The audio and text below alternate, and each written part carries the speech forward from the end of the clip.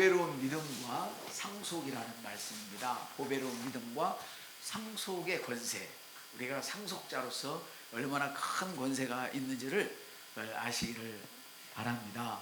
할렐루야. 금이나 은 이런 것들이 중요한 이유는 그것이 긴급한 상황이나 앞으로 일어날 어려운 일이 있을 때에 해결할 수 있는 그런 재원을 충당하기 때문에 사람들은 금을 좋아하는 것입니다.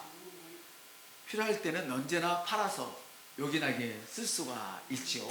그런데 금을 가지고 있지만 필요할 때 팔아서 쓸 수 없다면 금으로서의 가치를 온전히 할 수 없겠죠. 근데 금은 세계 어느 곳에 가든지 금이 있기만 하면 팔아서 현금으로 바로 쓸 수 있다는 거예요. 현금은 굉장히 중요한 것입니다. 여보세요. 현금은 굉장히 중요한 것입니다. 예, 믿는 사람이나 믿지 않는 사람이나 모두에게 모든 일에 그것이 쓰임받는 것인 줄 믿습니까? 아멘. 그렇습니다, 여러분. 놀라는 분들도 계실 수 있겠지만 이 말씀을 들으면 교회가 웬 돈을 가르쳐? 교회가 돈을 안 가르치면 누가 가르치겠습니까? 하나님이 돈에 대해서 가르쳐 주셔야죠. 우리에게 있는 보배로운 믿음, 우리에게는 보배로운 믿음이 있습니다. 우리의 이 보배로운 믿음이 매우 중요한 것은 이보다 더 좋을 수 없는 그런 것들이 땅에는 없습니다. 금보다 더 좋은 것, 이것이 보배로운 믿음입니다. 이 믿음이 저와 여러분의 큰 재산인 것을 하나님께 감사를 드립니다. 베드로서 1장 1절 다시 한번 읽겠습니다. 그리스도 예수의 종이며 사도인 베드로는 우리 하나님과 구주 예수 그리스도의 의를 힘입어 동일하게 보배로운 믿음을 우리와 함께 받은 자들에게 편지합니다. 그러니까 우리 예수님에게 있는 믿음을 사도들이 갖게 되었고 사도들이 받은 그 동일한 믿음이 지금 저와 여러분과 함께 있는 줄 믿으십니까? 아멘. 그래서 우리가 갖고 있는 이 보배로운 믿음은 천국에 가는 것뿐 아니라 우리가 살아가는데 없어서 안 될 것이라는 거예요. 어떤 위험함이나 위급함을 만났을 때 그 문제를 해결하기 위해서 없어서 안 될 그런 것이기 때문에 보배로운 믿음이라고 성경은 말씀하신 것 같습니다. 이와 같이 우리의 믿음은 보배롭습니다. 옆 사람한테 당신의 믿음은 보배롭습니다. 아멘. 여러분이 다른 사람의 믿음을 보배롭게 축복할 때 주는 자가 더 복주다고 말씀하신 것처럼 여러분이 갖고 있는 믿음들이 더 성장하고 커질 줄로 믿습니다. 우리는 상속자입니다. 자녀이면 같이 한번 읽을까요? 시작. 자녀이면 또한 상속자, 곧 하나님의 상속자요 그리스도와 함께한 상속자니 우리가 그와 함께 영광을 받기 위하여 고난도 함께 받아야 할 것이니라 성경을 말씀하십니다. 우리는 하나님의 상속자입니다. 이 상속자가 누구냐? 혼자만 상속이 되는 게 아니에요. 부모의 재산을 혼자만 갖는 게 아니라 자식들이 다 갖는 것처럼 우리는 하나님과 공동 상속자예요. 제 동료 중에 한 분이 천국에 가셨는데 그분은 가시기 전에 여기 분당에다가 큰 빌딩을 사놨어요. 빌딩을. 그리고 그 빌딩을 각자 자식들이 이렇게 흩어지지 않도록 공동 명의를 해놨어요. 형님하고 아우가 형제들이 공동 명의를 해놨어. 그래서 그 빌딩을 처분하려면 형도 동의를 해야 되고 아우도 동의를 해야만 그 빌딩을 팔 수가 있어요. 이해되시죠? 마치 이와 같이 우리는 하나님께로부터 상속을 받았는데, 하나님의 상속이 뭐예요? 하늘과 땅의 모든 권세가 우리에게 있는데 그것이 나만 갖고 내 마음대로만 쓰는 게 아니라 예수님과 함께 있을 때, 다시 말해 그리스도 안에 있을 때 이 상속이 효력을 발생하는 거예요. 그럼 우리 여러분, 그리스도 안에 있는 것은 매우 중요한 것입니다. 여러분은 이미 그리스도 안에 있는 줄 믿습니다. 그래서 이 상속은 뭐냐면 예수님께서 하나님의 모든 것을 상속받으셔서 이 땅을 사셨던 것처럼, 돈이 하나도 없어 세금을 못 내는데 물고 입을 벌려봐. 사람들이 고쳐달라고 아우성 치니까 그냥 손을 얹으면 낫고 말하면 낫고, 배고프다니까 만큼 가지고 감사하니까 뽕 불어나가지고 많은 사람들을 먹이고, 할렐루야. 그리고 많은 돈 많은 사람들의 아내가 쫓아다니면서 모든 제자들과 그 무리들의 필요를 채우는 역사, 그런 능력이 예수님에게 있던 것이 예수님과 함께 오늘날 저와 여러분에게 있는 줄 믿습니다. 그러면 여러분 혼자만 살려고 하지 마세요. 옆선대 혼자만 살려고 하지 마세요. 또 다른 사람에게 너그 집만 살려고 하지 마세요.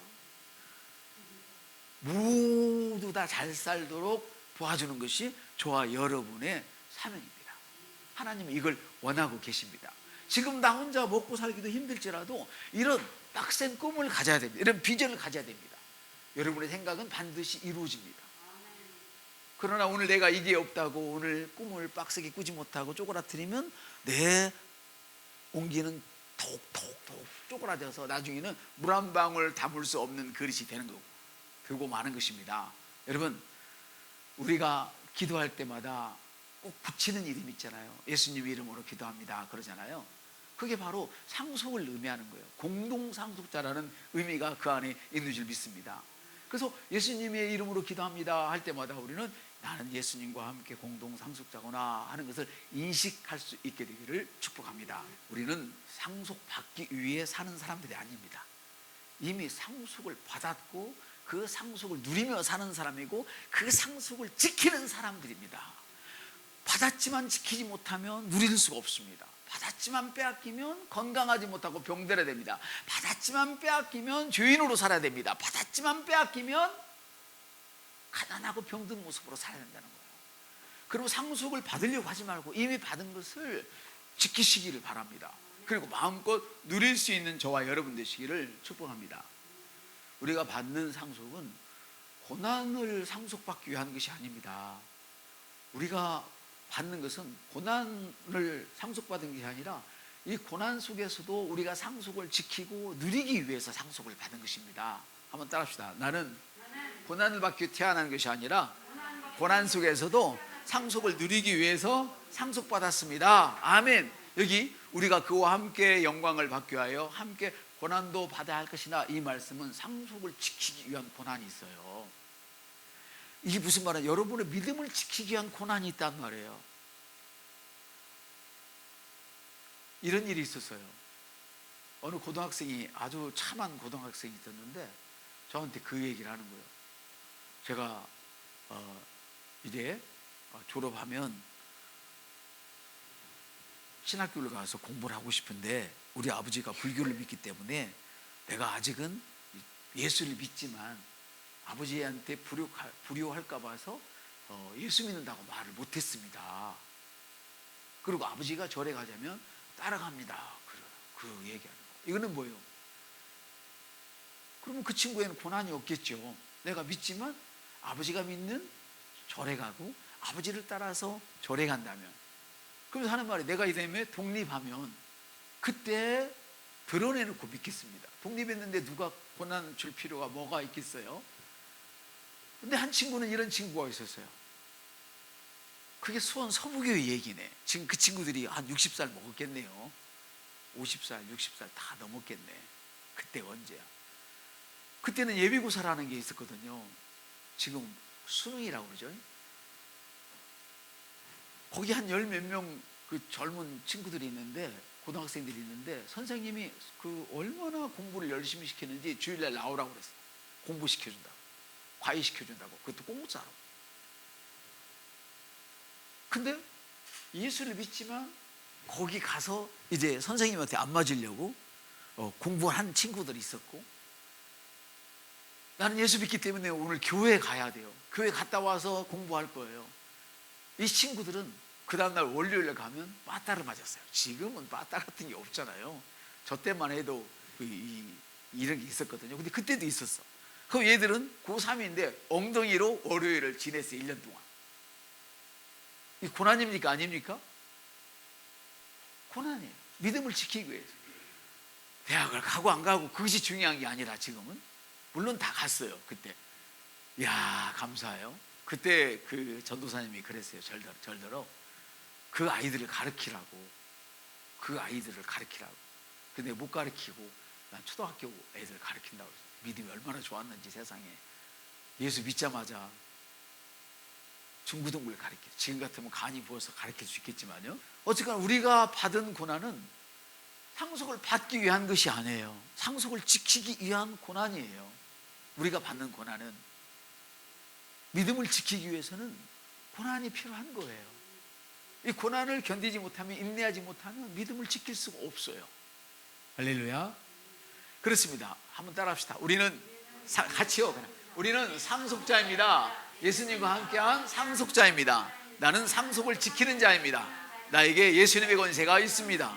예수님의 권세가 있기 때문에 그 고난을 얼마든지 우리는 이길 수 있는 거예요. 할렐루야. 우리는 상속자입니다. 우리가 가지고 있는 권세가 얼마나 대단한지를 이해한다면 우리는 내일 일을 염려하지 않을 수 있습니다. 염려는커녕 더욱더 확신할 수 있죠. 아멘. 우리는 하나님의 상속자로서 상속에 걸맞는 그런 하나님을 아는 지식을 하나하나, 벽돌 하나하나 쌓듯이 높이 쌓아가야 합니다. 그래서 성경은 이렇게 말씀하십니다. 같이 읽겠습니다. 너희가 주께 합당하게 행하여 모든 일에 그분을 기쁘시게 하고 모든 선한 일에 열매를 맺으며 하나님을 아는 지식이 자라고. 예, 하나님을 아는 지식이 자라라고 성경은 말씀하고 계십니다. 우리는 하나님을 아는 지식에서 자라가야 합니다. 자라지 않으면 목사도 어린 아이로 남게 되고 집사도 어린 아이로 남게 됩니다. 교회를 섬기는 모든 이들도 자라지 않으면 신앙에서 어린아이로 남게 되는 것입니다. 즉 우리에게 있는 보배로운 믿음을 사용할 수 있는 사람이 될 수 없다는 것입니다. 여러분에게는 보배로운 믿음이 있습니다. 그러므로 그 믿음을 사용해야 합니다. 여기 주께 합당하게 행하지 않으면 잘할 수 없다. 잘할 수 없다는 말은 자유롭게 될 수 없다는 말입니다. 잘하지 않으면 자유로울 수가 없습니다. 성경은 진리를 알지니 말씀을 하시는데요, 진리 자체가 자유를 주는 것이 아닙니다. 진리를 알 때에 그 진리가 자유를 주는 것입니다. 성경이 기록되어 있다고 무조건 이 말씀이 여러분에게 자유를 주었습니까? 똑같은 성경을 갖고 있고 똑같이 성경을 읽었지만 누구는 자유를 얻고 누구는 얻지 못합니다. 왜? 진리를 갖고 있지만 진리를 알지 못하기 때문에. 그래서 안다는 말은 야다, 경험한다는 이야기입니다. 경험한다. 마치 총각이 처녀가 남자 여자를 경험하듯이, 결혼을 경험하듯이 그렇게 구체적인 경험을 이야기합니다. 여러분 어떤 경험을 하십니까? 내가 기도했더니, 내가 주님께 의지했더니, 의탁했더니 이런 일이 일어났습니다. 내가 주님의 말씀과 어그러지게 살았더니 이런 일이 일어났습니다. 이 경험입니다. 여러분 우리에게는 보배로운 믿음이 있습니다. 왜 그 믿음을 보배롭다고 하느냐? 사도들이 우리 주님의 말씀을 의지했던 것처럼 우리도 그런 말씀을 의지하기 때문에 보배로운 것입니다. 보배롭지는 않지만 모든 사람들은 다 믿음을 가지고 있습니다. 자기 자신을 믿는 믿음, 자기 신조를 믿는 믿음, 자기 지식을 믿는 믿음, 자기의 권세를 믿는 믿음. 우리는 하나님의 말씀을 믿는 믿음이 있습니다. 모든 사람은 너나 할 것 없이 한 사람도 빠짐없이 자기 믿음대로 되는 것입니다.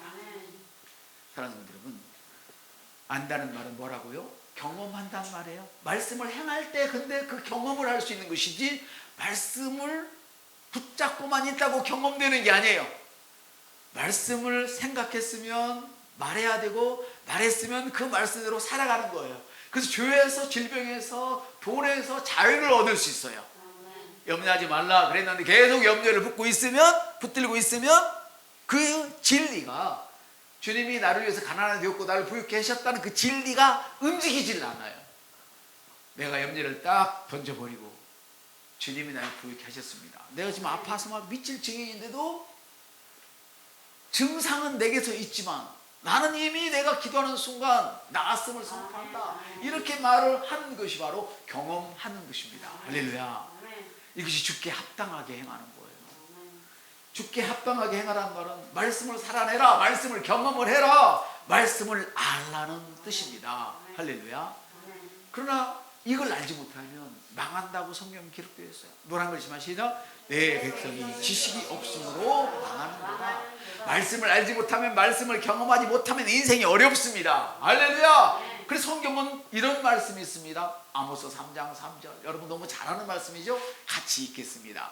두 사람의 뜻이 같이 하는데 어찌 동행하겠으며 부부가 뜻이 같이 않으면 절대로 함께 살 수가 없습니다. 그 가정은 날이 가면 갈수록 피폐해지고 짜그라지고 쪼개지는 것입니다. 어느 경제학자가 이런 얘기를 했어요. 결혼이란 엄청나게 좋은 것입니다. 해봐. 결혼이란 엄청나게 좋은 것입니다. 누가 그 말을 했다고요? 경제학자가 했다니까요. 경제학자가 했으니까 어떻게 했겠어요? 두 사람이 혼자도 아니고 두 사람이 재정이 어떻게 움직이는가를 공부해서 그것을 믿고 그것을 기반으로 살아간다면 얼마나 큰 부자가 되겠느냐는 거예요, 이 사람이. 이야, 경제학자가 이런 성경적인 것을 알고 있어서 제가 박수를 쳐줬어요. 혼자 돈에 대해서 알고 버는 것보다도 그 엄청난 힘을 둘이 합하면 얼마나 큰 부자가 되겠느냐. 우리 옆 사람, 우리는 이제 부자로 살 일만 남았습니다. 할렐루야. 사람이 사람을 만나 하나가 되지 못하면 그 힘은 기하급수적으로 깨져버립니다. 없습니다. 근데 사람이 사람을 만나서 둘이 의기투합하면 그 힘은 어마어마하게 세지는 것입니다. 그런데 여기서 오늘 말씀드리는 두 사람, 시작. 두 사람이 끝이 같이 하는데 어찌 동행하겠으며, 이 말은 결혼을 두고 하는 말씀이 아닙니다. 그보다 더 큰 위대한 말씀입니다. 오늘 이 부분을 여러분에게 알려드리려고 하는 것입니다. 여러분 한번 따라합시다. 나는 영이며 혼을 가지고 있고 몸 안에 살고 있습니다. 우리는 영은 몸으로 되어 있죠. 나는 겉사람과 속사람으로 되어 있습니다. 그래서 바울은 나의 겉사람 날로 후패하나 속사람은 날로 새로워지도다.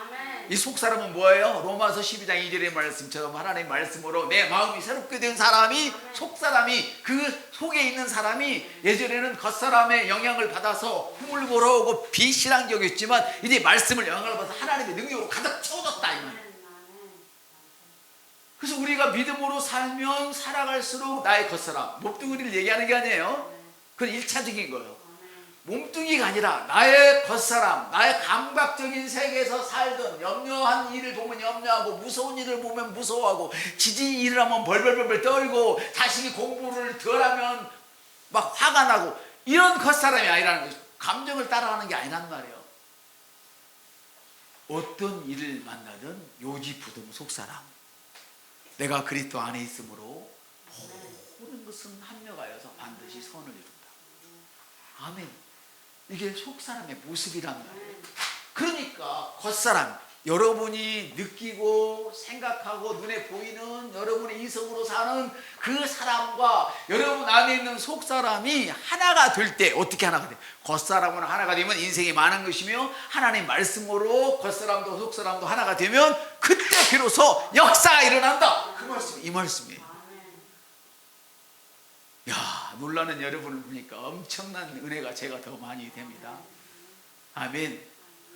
여러분, 이런 시점에서 우리는 마음에 들지 않는 상대방을 비난할 수 없습니다. 왜요? 마음에 들지 않는 상대를 비난하는 것은 나의 겉사람의 모습이에요. 겉사람이 계속 그걸 씨부름거리고 그걸 되뇌이고 있으면 나의 숨은 사람, 베드로는 이걸, 이 속사람을 숨은 사람이라고 해요. 나의 숨은 사람이 계속 그걸 받아들여요. 여러분의 겉사람은 이성적인 거예요. 그래서 모든 것을 생각하고 판단하고 분석하고 다 판단을 해요. 그래서 결론을 내려. 이놈은 좋은 놈, 이놈은 나쁜 놈. 그러면 이 여러분의 속사람은, 이건 세상 사람들은 잠재의식이라고 얘기해요. 우리 성경에서는 속사람, 마음에 숨은 사람, 이렇게 얘기를 하는데, 이 잠재의식은 뭐냐, 속사람은 뭐냐, 생각하는 기능이 없어요. 여러분의 겉사람이 말한, 보고 느끼고 했던 것들을 그대로 받아들여서 그대로 만들어내는 역할을 해요. 우리 하나님은요, 모세가 당신 누굽니까? 그러니까 나는 나야 그랬어요. I am. 한번 나는 나다. 여기에 어마어마한 비밀이 있음을 제가 이제야 깨달았어요. 이게 무슨 말이냐면, 나는 이라는 말 다음에 오는 말이 그렇게 중요한 거야. 그래서 여러분, 나는 미련해 말하면 돼요, 안 돼요? 안 돼. 나쁜 말이야. 나는 청명기가 넘쳐. 해봐요. 나는 청명기가 넘쳐. 이렇게 말하는 게 중요한. 나는 난데 너가 누구야? 그 다음을 누가 해야 돼? 내 속사람이야. 그게 하나님은 이미 나에게 들어와 계셔. 영으로. 할렐루야. 근데 나가 내 속에 있는 또 다른 나가 그걸 환영을 하려면 어떻게 해야 되느냐? 겉사람, 여러분의 의식이 하나님 말씀을 고지고대로 받아들여줘야 속사람이 변한다. 그때 비로소 나는 병들었어가 아니고 지금 쪼그라지고 있는데도 나는 부활자야 라고 말할 수 있고, 그렇게 말할 때에 여러분 속에서 그것이 만들어지는 거예요. 표현만 다를 뿐 이거는 세상 사람들도 다 알고 있는 것이고 이것이 하나님의 원리예요. 믿음이 좋고 나쁜 것은 중요하지 않아요. 하나님의 원리는 그가 가지고 있는 믿음대로 역사를 해요. 똑같아요. 아멘. 사랑하는 성도 여러분, 성경을 마음에 두고 숨은 사람이라고 얘기하는데요. 같이 한번 읽겠습니다. 시작. 오히려 마음에 숨은 사람을 온유하고 고요하고 심령이 고연 썩지 않을 것으로 단장하라. 이것은 하나님 앞에 아주 귀한 것이다. 그러므로 여러분이 믿음으로 고백하는 것은 너무너무 귀한 거예요. 아멘. 이 고백도 그렇고 모든 말씀이 여러분이 의식이 졸지 마세요. 안 졸면 막 다 받아들일 것 같죠? 아니에요. 졸 때도 진짜는요, 여러분이 막 졸릴 때 막 졸면서도 나 사탕 하나 먹었으면 좋겠어 할 때 그때가 말씀이 가장 잘 들어가는 때인 거예요. 그걸 아셔야 돼요. 여러분이 의식을 흐릿하게 갖고 있는 순간에 의식은 무너지기 시작하고 여러분의 속에 있는 것이 막 튀어올라요. 그래서 여러분들이 아침에 일어나면 성경 읽잖아요. 저녁에 잘 때 텔레비 보고 자면 그 봤던 것들이 잠재의식 동안에 속에서 계속 일어나서 부정적으로 기능을 하기 때문에 내 육체가 망가지는 거예요. 저는 어젯밤에 놀라운 그 경험을 했어요. 제가 그 금요일날 기도 이렇게 틀어놨잖아요. 예, 내가 들어도 별로더라고. 그게 왜 별로지? 은혜가 돼야 되는데. 그래가지고 어저께는요, 제가 또 다른 기도하는 거를 살짝 녹음을 해가지고, 방언 기도하는 걸 녹음을 해가지고 그걸 합쳐가지고 테이프를 하나 만들었어요. 파일을 하나 만들었어요. 근데 그걸 들었는데요, 놀라워요. 우리가 찬송가를 듣고 있어도 영이 정화되는 걸 여러분 느끼시잖아요. 마음이 정화되는 걸 느끼시잖아요. 근데 방언과 고백과 막 오르서 엉엉 샬라샬라 하는 것을 조용히 틀어놓으니까요, 내가 확 집중이 되더라고. 그래서 이게 도대체 뭐 이렇게 좋지 생각을 하니까, 커피숍에 가면 그 백색 소음이라는 게 있잖아요. 백색 소음. 저도 그런 거 좋아하거든요. 근데 이 백색 소음이요, 소음이 아니라 이건 백지수표의 능력이더라고. 여러분도 기도한 것들을 막 녹음하고 해가지고 그거를 잔잔하게 틀어놓고 성경도 보고 기도가 안 될 때도 알아서 기도도 한번 해보세요. 물론 여러분의 이성은 그걸 적극적으로 반대할 것입니다. 여러분의 이성은, 겉사람은. 근데 여러분의 겉사람이 결정하는 능력이 있으므로 한번 해봤으면 좋겠어요. 그러면 여러분의 속사람은 아무런 의견 없이 그걸 받아들여서 그대로 만들어내는 일을 하게 되는 것입니다. 사랑하는 여러분, 특별한 훈련을 받지 않고서는 사회생활하면서 생각하는 것과 혼자만 있을 때 생각하는 것이 다른 경우가 보통이에요. 특별한 훈련을 받지 않으면. 거짓말 탐지기도 보면 특수부대나 특별한 부대, 이런 훈련을 받은 사람들은 적군에게 붙잡혔을 때 거짓말 탐지기 할 때 표가 안 나도록 그까지 훈련을 받는다고 그래요. 근데 보통 사람들은 거짓말 했나 안 했나 거짓말 탐지기가 금방 안 돼요. 근데 여러분이 이처럼 특별한 훈련을 받지 않은 경우에는 회사에 나가서 여러분의 보이는 모습, 여러분들이 선생님으로서 보이는 모습, 성도로서 보이는 모습, 자식 앞에서 보이는 모습, 마누라 앞에서 신랑 앞에서 보이는 모습, 여러분의 부하 직원 앞에서 보이는 모습이 각각 다르다는 거예요. 이게 문제야.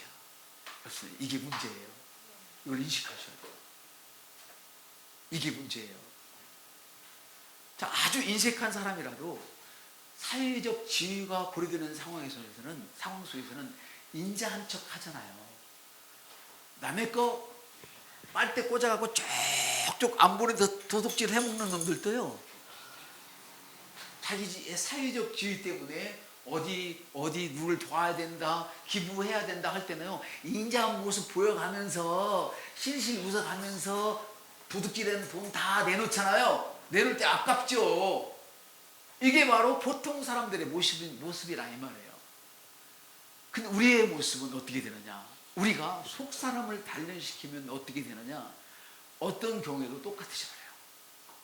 이해가 되시면 아멘 합시다. 그래서 믿는 사람들도 이런 일이 있는 것은 아직 마음이 새롭게 되지 않아서 그런 것이죠.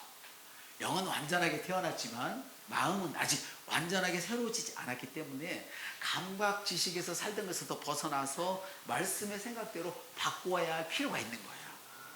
아멘. 그래서 늘 여러분은 말씀을 묵상하는 게 너무 중요해요. 여러분이 말씀을 묵상하게 되면 그 묵상으로 말미암아 여러분이 스스로가 성공의 길을 가도록 해요. 아멘.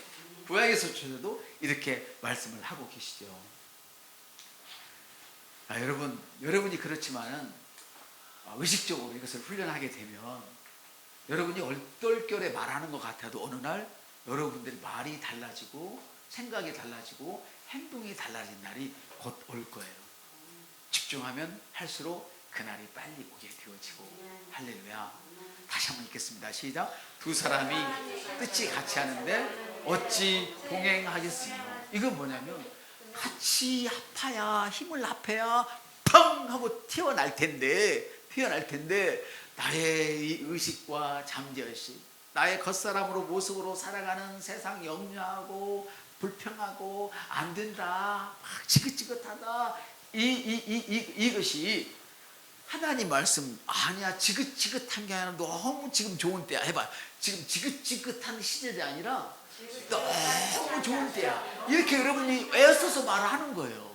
그럼 말한 대로 그것이 이루어진다는 말이에요. 우리는 사실을 말하는 사람이 아니에요, 진리를 말하는 사람들입니다. 아멘. 그래서 이런 표현들은 영혼 몸을 이해하지 않고서는 사람이 사람과 동행한다 라고 표현할 수밖에 없겠죠. 사랑하는 여러분, 동일한 믿음, 어떤 동일한 믿음이었습니까? 보배로운 믿음이었습니다. 아멘. 이 믿음과 은혜와 평강은 비례해요. 따라합시다. 믿음과 은혜와 평강은 비례합니다. 왜? 아까 하나님께서 아는 만큼 은혜와 평강이 있을지어다 말씀하셨거든요. 믿음이 없으면 하나님을 알 수가 없어요. 성경 공부로만 하나님을 알 수가 없다니까요. 그 믿음을 사용해서 그 말씀을 행할 때 하나님을 알게 되는 것이기 때문에 그런 것입니다. 아멘. 그런데 문제는 뭐냐면 우리가 동일한 보배로운 믿음을 가졌음에도 불구하고 은혜와 평강이 각각 다른 것, 차이가 있는 것은 왜 그럴까요? 오늘 2절에 보면 그렇습니다. 읽습니다. 시작. 하나님과 우리 주 예수를 알므로 야다, 경험을 해야, 첫사랑을 경험을 하듯이 예수를 경험을 해야, 말씀에 기록된 것을 내가 행할 때 그 말씀을 경험을 해야 비로소 하나님을 알게 된다 이 말이에요. 아멘. 그 동일한 보배로운 믿음을 가졌음에도 불구하고 은혜와 평강이 어떤 사람이 더 많고 어떤 사람이 은혜와 평강이 적어요. 왜 그렇다고요? 그것은 하나님과 예수를 아는 정도가 다르기 때문이에요.